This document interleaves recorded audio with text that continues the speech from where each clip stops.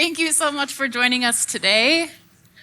How's everybody doing out there? We are going to be recording a live podcast, so if you can just show your enthusiasm with some noise. There we go. Thank you. Welcome, everybody. This is the Grocery Shop Key Takeaways session, also known as Get Your Phones Out, Start Taking Notes, because these are all the things that you're going to want to take back to your teams when you return home after these last several days of Grocery Shop. I'm Ann Mazinga. This is Chris Walton. We're the two co-founders of Omni Talk Retail. We're a media platform, including a podcast that's the only retail podcast in Apple's Top 100 Business Podcasts, where you can find out the latest news and trends on all of the tools, technologies, people, and companies who are impacting the shape and future of the retail industry. And now I'd like to introduce the most important people on stage. First, we have Raquan Lucas, the VP of Content at Grocery Shop, who is responsible for the agenda and speakers at the show that you've enjoyed all week. So maybe a quick round of applause for that. Yes, well done, Rock. Great show. Thank you. Thank you.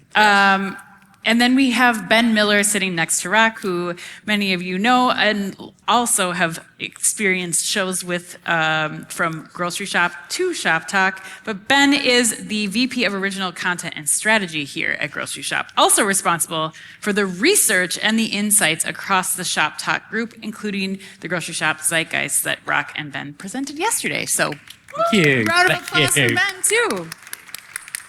Okay, so as I mentioned, we're going to go through some of the key takeaways from the last several days of Grocery Shop. And we are going to kick it off with this first one. Rock, I'm going to go to you first. We're going to be talking the changing consumer. Big topic of conversation here, which is why we're starting with it. So why was this such an important category for you? Yeah. So at all of our grocery shops, we always kind of talk about the evolution of consumer behavior, but I think one particular shift within that larger topic is just kind of the consumer behavior related to more health-conscious shopping. Mm-hmm. And we saw that was prominent across this year's show, I think more than it's ever been at any grocery shop. Agreed. Yeah. And I think that the reason for that was because of a lot of different factors. I think just generally there's more consumer demand for kind of healthier eating. Obviously, there is the rise of GLP-1 medication adoption and how that's impacting folks' dietary preferences. And then I think there's also some kind of government initiatives and whatnot that's encouraging CPGs to maybe take some certain ingredients out of their products. And so all of that, I think, just created this groundswell of healthy, conscious shopping being a top focus for this year's show. So in instances where we may have had to drag folks into a particular session related to health related. Now this year, those sessions were packed and filled to the brim. And I think it's also interesting that a lot of CPG organizations that we see that are performing really well. Ben just mentioned this in the Zeitgeist presentation yesterday in terms of companies that are driving volume-led growth. One of them that was in the food and beverage category, I think the only one was Danone. And then when you take a look at Chobani, who we featured on track sessions as well, because of their excellence at driving volume-led growth, it all kind of hints to the fact that you should be in order to unlock growth, you kind of should be relating to where the consumer is headed. And so it's no coincidence that those companies are doing really well. Yeah, and I would agree. I mean, Chris, you and I have interviewed a handful of grocery retailers in the last couple of hours and days. But then even throughout this summer, I mean, every single retailer that we've talked to is thinking about how their store footprint is going to change to accommodate more better for you products, more functional foods, more fresh throughout, every small format 5-store grocery chain to the largest chains like Walmart and Aldi and others. But Chris, what were your thoughts here?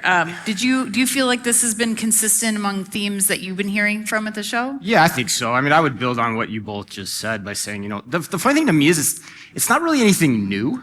It's something we've been talking about for a while. I mean, Jack Sinclair, even when I was interviewing him on stage, the CEO of Sprouts, he said this was one of the reasons he took the job at Sprouts because he was watching this trend and identifying it and thinking, oh, wow, Sprouts has a really key niche and a key role they can play in this trend. Mm-hmm. But it's just now that it's all the confluence of streams are coming to a head together. And I think that's what's happening. And the point for me that was really interesting was when I asked Jack, I said, okay, you guys don't have a loyalty program.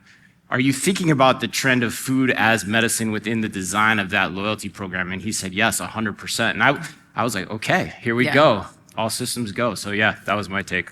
Ben, you perfectly planned for this to be the topic du jour and for everyone to be attending these sessions. What were your thoughts here? Look, I think just to wrap it's price and it's health. And I think that's the consumer. I think everyone's keeping an eye on changing demographics, smaller households, reducing birth rates, those sort of things. But and that's really interesting because we just did our Shop Talk show in Chicago 2 weeks ago, and it was price and tariffs. But in grocery, it is absolutely price and health. And great, we've had lots of conversations about GLP-1s, for example, and look, we know that GLP-1s, there's a high drop-off rate. They're very expensive. So we don't want to get kind of in an elite bubble, but there is definitely an impact happening. But actually, that's just one element of the health agenda across, not just in America, but across many markets. And that's the biggest thing shaping so many CPG categories at the moment. Absolutely. All right, let's go on to the next one. Agentic AI in grocery. Ben, I'm going to go back to you to start this one. We knew AI was going to be involved in every kind of facet of this show, but let's talk specifically about agentic AI for a minute. Yeah, and that's right. AI has been everywhere, and so it should be. So I think what we were really interested in was picking out some specifics.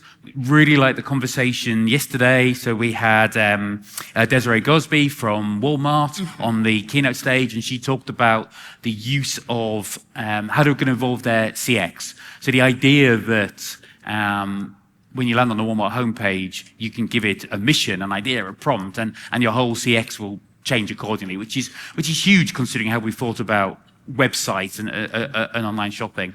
I mean, the other conversations that have really stood out for me have been around kind of this move from SEO to GEO. So it's less about agent-to-agent commerce, more about understanding that agents are adding multiple technologies together. And what they're really shaping is how search is changing and the need to invest in earned and shared rather than paid media and work with influencers. And I know you were talking about that with Poppy yesterday on the keynote stage. I mean, those have been some of the quite practical things that have shone out for me. Right, absolutely. I mean, I think, Rock, you, as I mentioned, you kind of knew this would be a thread throughout the planning of this show, but are there any other sessions that you attended that you feel like really helped bring this to light? Yeah. If you've seen Agentic AI, like in the session title, that was me being pretty bullish about covering the topic. Obviously, the reason why I'm bullish is just because I see kind of the potential that it can unlock, particularly like in organizations being able to kind of democratize data and allow folks to be able to pull insights from other parts of the company. I can see that, being pretty valuable in kind of unlocking efficiencies. And then,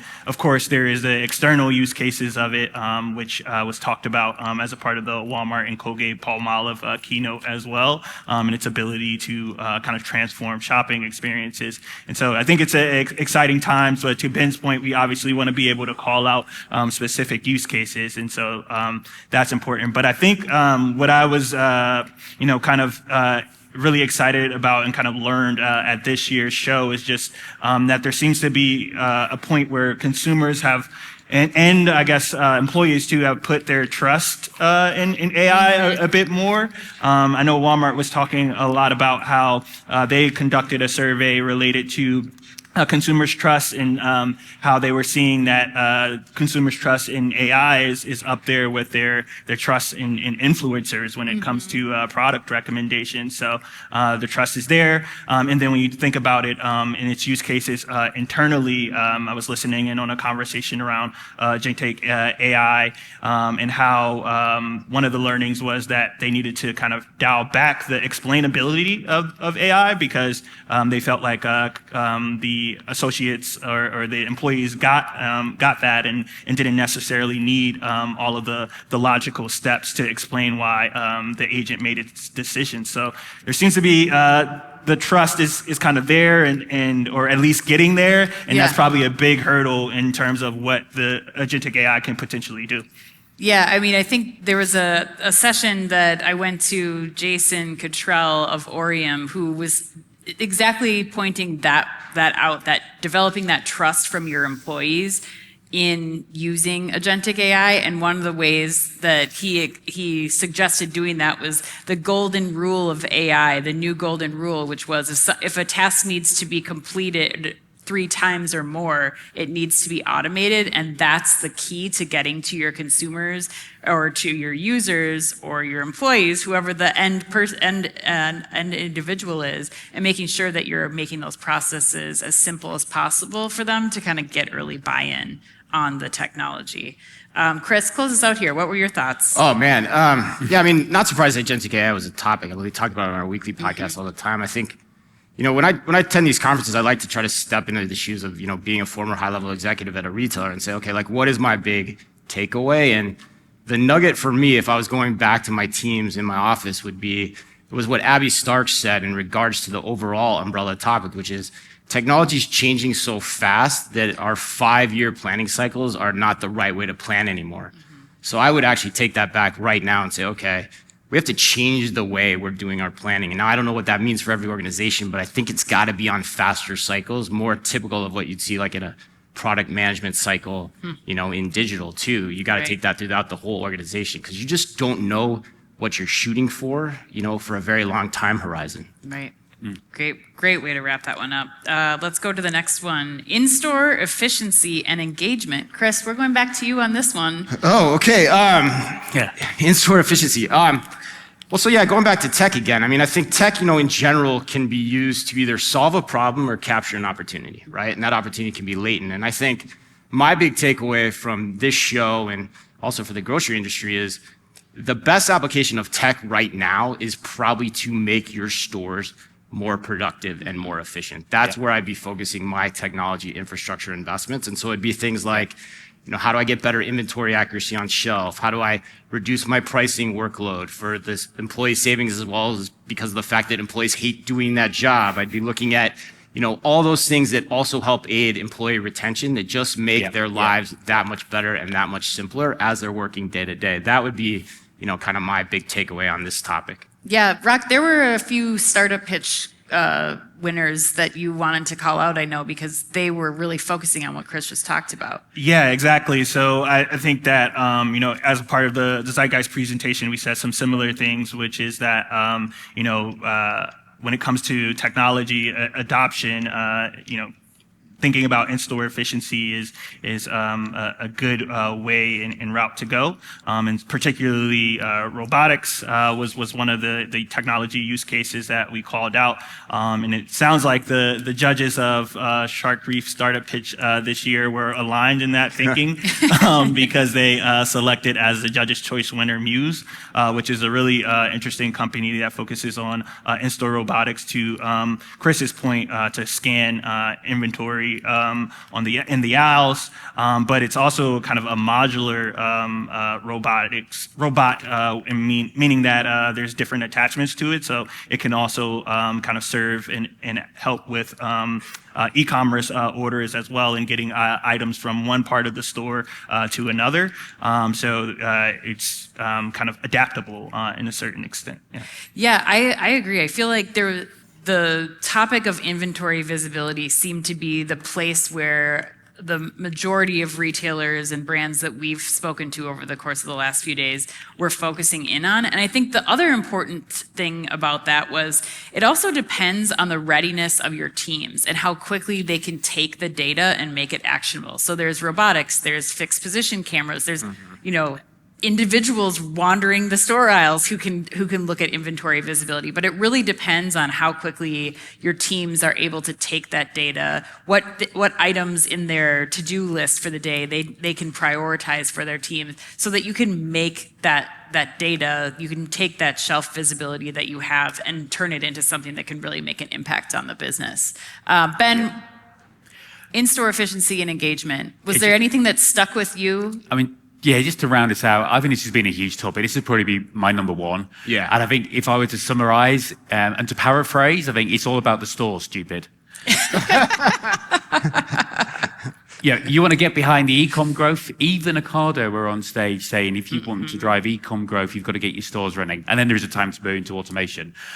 You want to build a big retail media business in grocery, well, you've got to get your stores involved in that and you've got to activate. So everything is routing back to the stores, I think, as it should. And I'm really pleased that that's where the conversation's been in the last few days. Right. All right, let's go to the next topic, digital demand creation.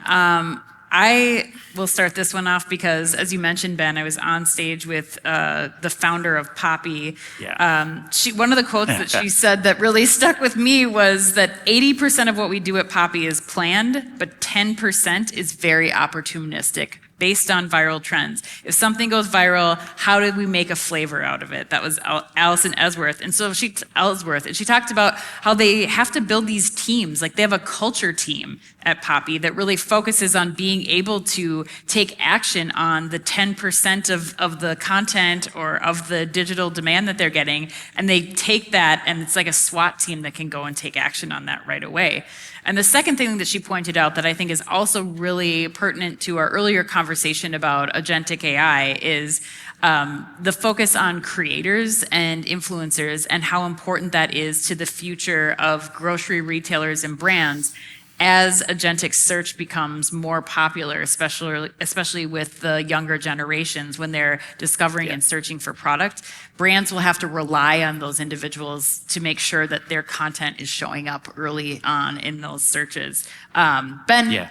I completely agree. I mean, it's just such a big area for now, and it will be going forward, particularly for CPGs, because it leans into a muscle which has been historically less developed. And that's why I think the Poppy conversation was so interesting to hear somebody, having a specific team that has been built up and dedicated, the culture team, just to activate.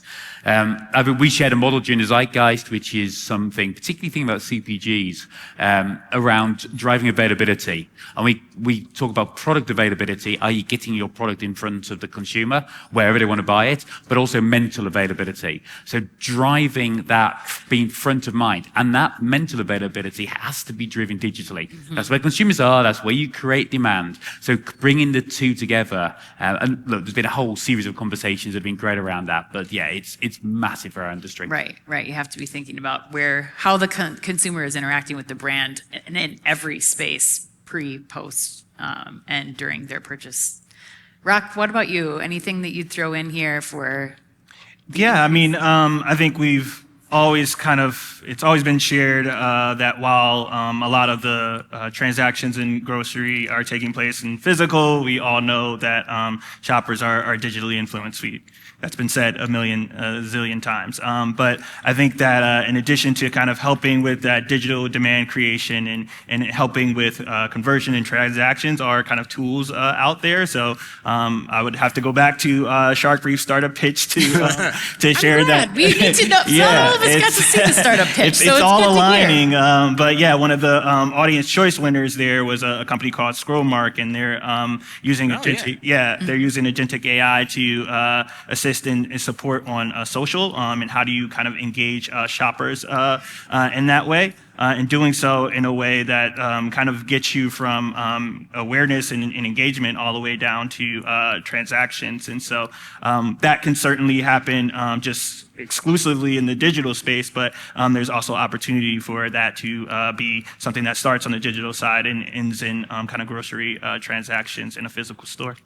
Yeah, well, that's a good segue into our next topic, retail media. No one's going to be surprised, Ben Miller, that we're going to you first on this one. It's a topic that I think a lot about because I know it occupies a lot of thought process for our community. And I think we've put forward a bit of a model where we think that retail media in grocery is entering into a new era. So we're calling it the age of reckoning for both. What do we really mean? Retail media has grown up online. It's about closed loop attribution and it's about bottom of the funnel conversion at a point of purchase.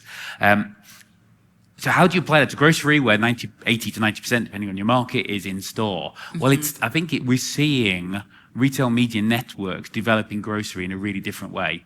It's about activating the store and the online. It's full funnel, so it's brand and bringing brand dollars rather just converting trade spend. Right. And I think we're seeing that in grocery more than we're seeing anywhere else. And I think grocery traditionally has been an industry where there's been a lot of trade spend. So there's muscle to build on. So I think the successful retail media models that we believe going forward in grocery will be those that match your online activation, whether that's shopping at home or whether that's using apps in store, with in-store media opportunities, screens, banners, top of funnel work. And then be able to join the two together. Yeah. And we've kind of shared some examples and some case studies around that. Yeah, Chris, you and I talked to a couple of retail media, I guess, executives from Albertsons and from Sam's Club who were doing exactly what Ben talked about. Yeah, we did. We talked to Harvey Ma from Sam's Club. Yeah, they're actually branding their network as the Retail Experience Network, right? That's how they're looking at it versus a media network. Yeah, RXN. RXN, instead of RMN. Yeah. It's kind of cool. And so what's interesting about that is, RXN. and he was talking very overtly about using the network as a way to bring brands into the store to create physical experiences. Like the ones you typically think about are like sampling. Like how do you do a sampling event and get attribution? But he was throwing out things like, come in and throw a baseball or a football in the store, so your mind can go in that direction. The other thing too that was interesting, because we talked to both Liz Roach at Albertsons and also Lauren Steinberg, who runs retail media at Loblaw. Yeah. And what they both told us too is when you look at it from an in-store perspective, and I've heard this from others as well prior to the conference, they're looking at it as like a surround sound approach. They're investing in digital screens. They're going to complement that with in-store audio, and their plans are to like really hit people with these messages when they're in store. But the only caution I have is going back to what I said at the beginning. You've got to be careful of the impact of this on the store employee and decide if these things are really worthwhile at the end of the day. Because every additional thing that you're asking them to do takes work out of somebody. So that's something you just got to consider as you're trying to stand up these in-store media ideas. But you can see the zeitgeist, Ben, to borrow you and Raquan's word, you can see the zeitgeist moving in that direction for sure. All right. This is where we get into the fun part, in my opinion. We got through the tactical part. Now we're going to go through some of the highlights. Let's go to the data point of the show. Ben, what was your data point of the show? So mine was taking everybody back. I think it could have been day one. Yeah. Might have been day two. It's okay. It doesn't matter the day. It's the data point. We had a great session, which was coming back to our early conversation in here, which was all about GLP-1s. From the research that I've done, I think Kantar has one of the best ongoing research studies into the behavior and how it affects shopping behavior. Leah Donnell from Kantar, who leads that study and leads the consumer research practice, joined us to share some research for that. And then we followed the second half up with the CMO at Danone, as we talked about it, driving a lot of growth. And the stat that she shared, that Lee shared from Kantar, was that for shoppers who go on GLP-1s and stay on them, 46% have changed their main shop destination. Yeah.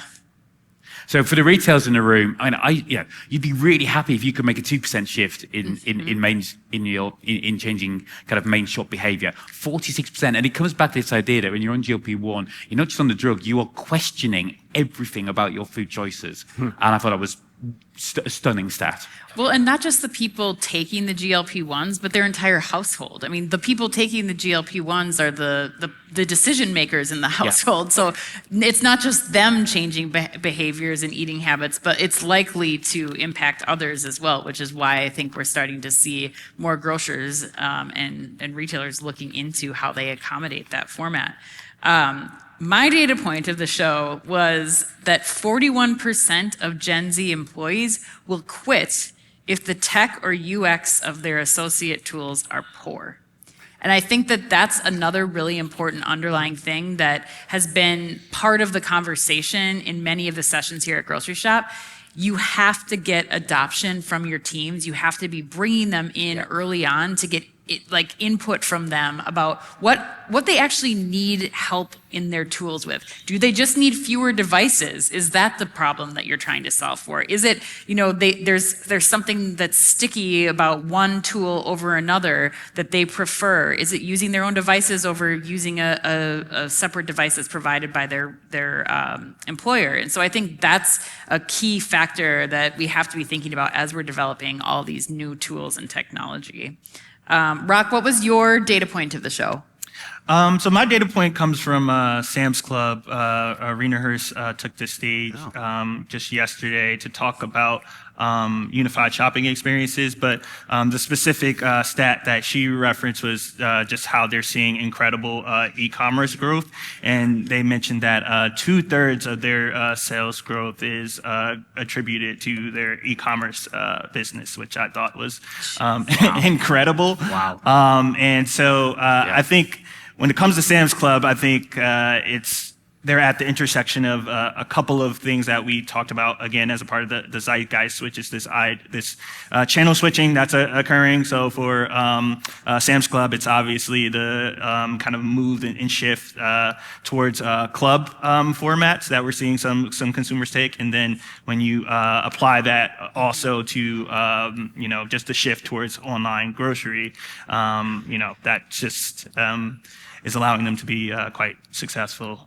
Just thought that was a quite astounding stat. Explains why they just did a major app overhaul and website overhaul too, I imagine.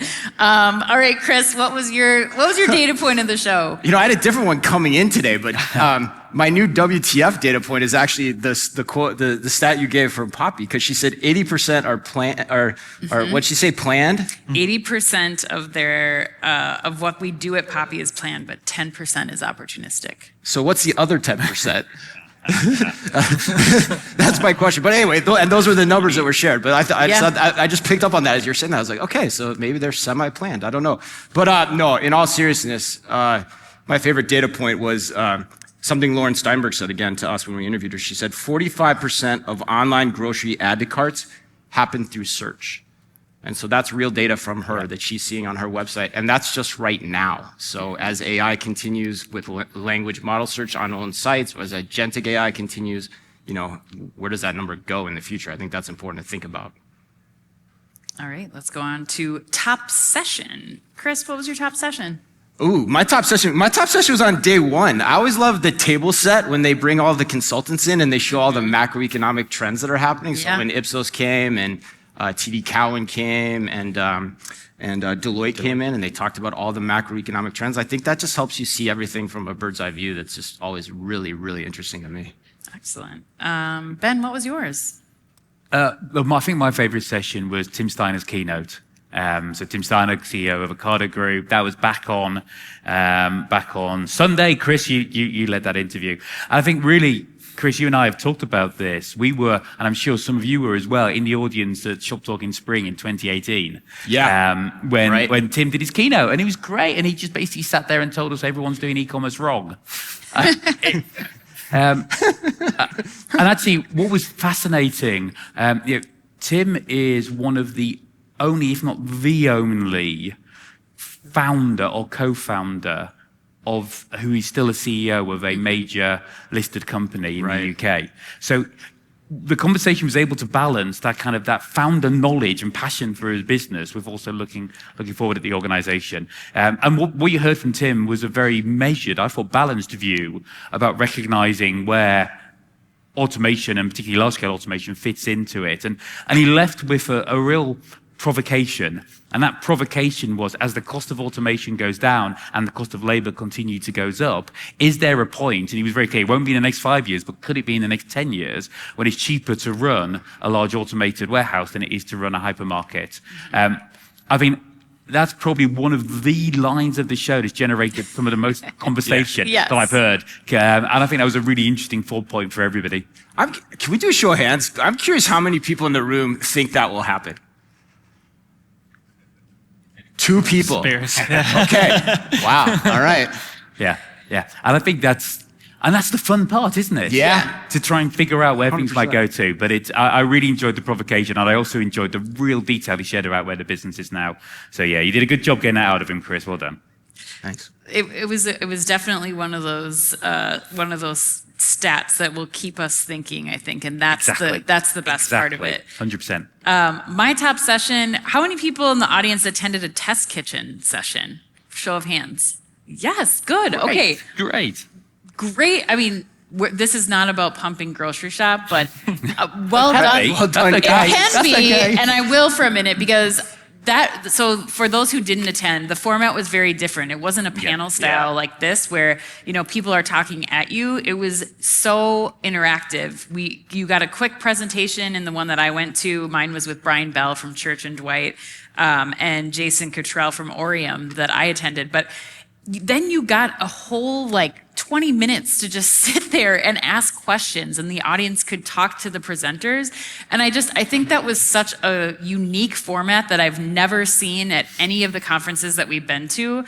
And I got the most out of that session because you could interject here and there and really hear directly from the people who were trying to solve these problems. And that particular one was preparing your tech stack for agentic AI, which everyone, I think, in the room was very keen to do. So well done on that one, you guys. Rock, pick your favorite child.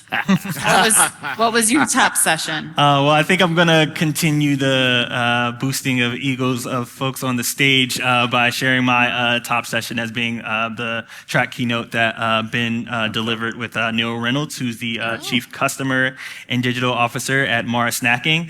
And during that track keynote, the discussion was all about creating unified shopping experiences. And it's Groceryshop's belief that kind of in order to unlock unified commerce externally, it does require things and kind of organizational changes internally and different capabilities that you need to build in-house. And so Neil did an awesome job of covering that. I mean, his role, as I just read it out, kind of screams unification, given that it's Chief Customer and Chief Digital Officer. So that's his job of bringing those 2 parts of the business together. But then he also talked about the different training that he's doing internally and how they've kind of created this digital academy that's kind of tiered where depending on how close you are to digital commerce, that kind of dictates how many training courses you get or just how much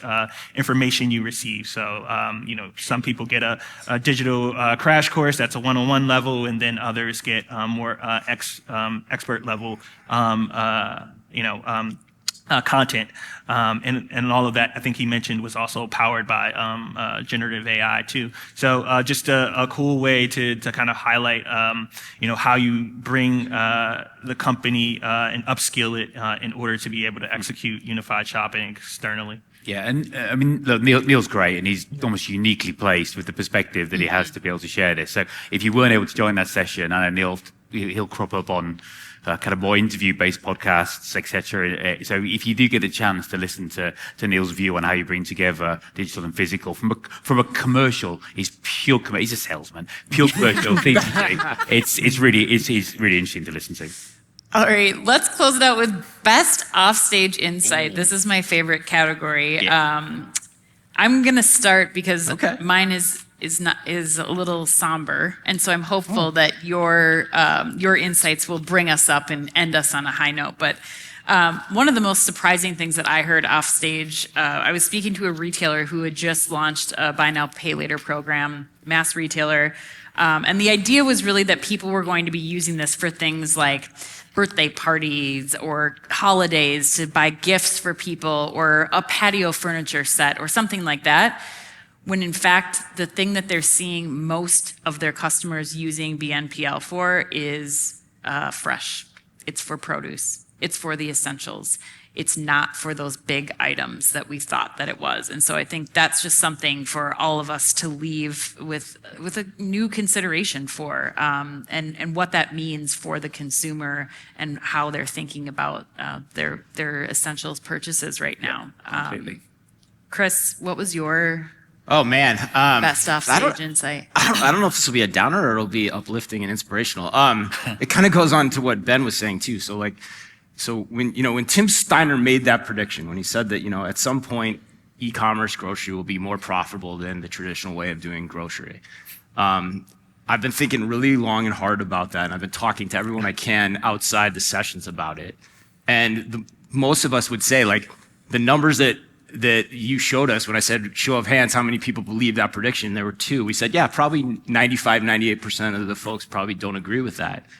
But the question I would ask is, can we afford to be wrong on that, our own estimation on that? Like, what if he is right? That's what we have to think about. And so the second line question that I started asking people was, are the third-party delivery marketplaces mucking things up for us as an industry? Like, have we become so reliant on those that if we were to go back and rewire how we would do this based on what we would know now, would we start to do it differently? We would take an approach of, building out our own e-commerce site first, then potentially using them as a white label provider to understand the demand, but then standing up your own distribution network and facilities to be able to then decide how much you want to leverage them for your actual delivery or not. And so that's the real fundamental question here, because you've got Amazon sitting on the sidelines going after fresh grocery with all guns a-blazing now.